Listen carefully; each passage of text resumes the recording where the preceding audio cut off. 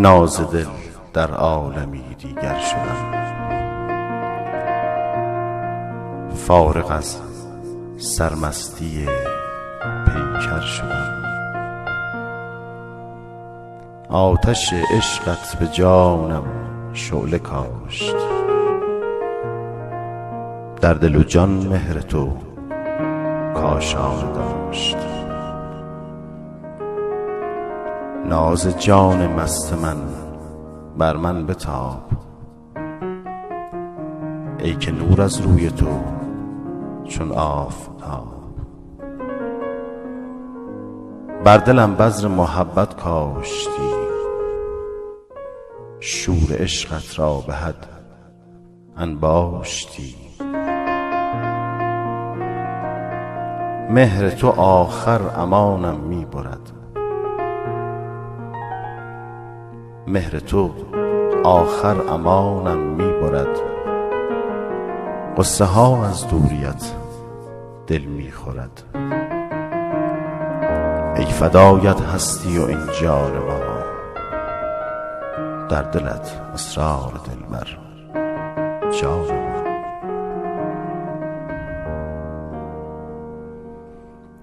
ای جان دل از سر نگاه تو به هر بار، افسون شده دیوان دل و سخت پریشان.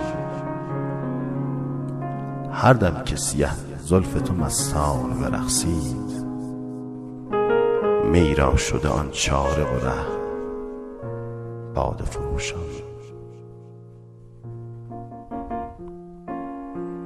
الا معشوق سرمستم دمی با من مدارا کن، سیه گیسود و چشمت را به روی دیده ام وا کن. ز بوی سیرت پاکت چنان افسون و سرمستم، صفا بر این دل زارم از آن عشقت مهیا کن. من آن زار و پریشانم که مستم زان سر و رویت، که رقصد با سمای آن پریشان موج گیسویت. چو دل زان مهر شیرینت ز کف داده است پریشانی، دمی بر من نظر بنما که حیرانم سر کویت.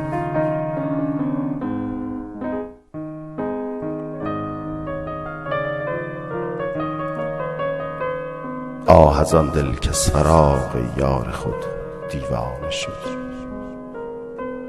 چون که از حد شد فزون رسوا و صد پیمانه شد.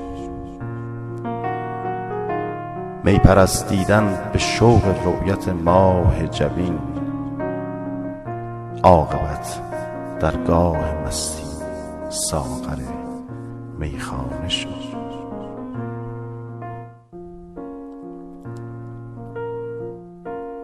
یا رب از دلبر معشوق ستودم به شمار، آن که با هر نظری این دل زارم بربود.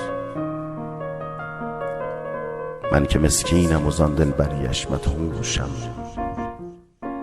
دل سرگشته هم آوای وصالش به سرود.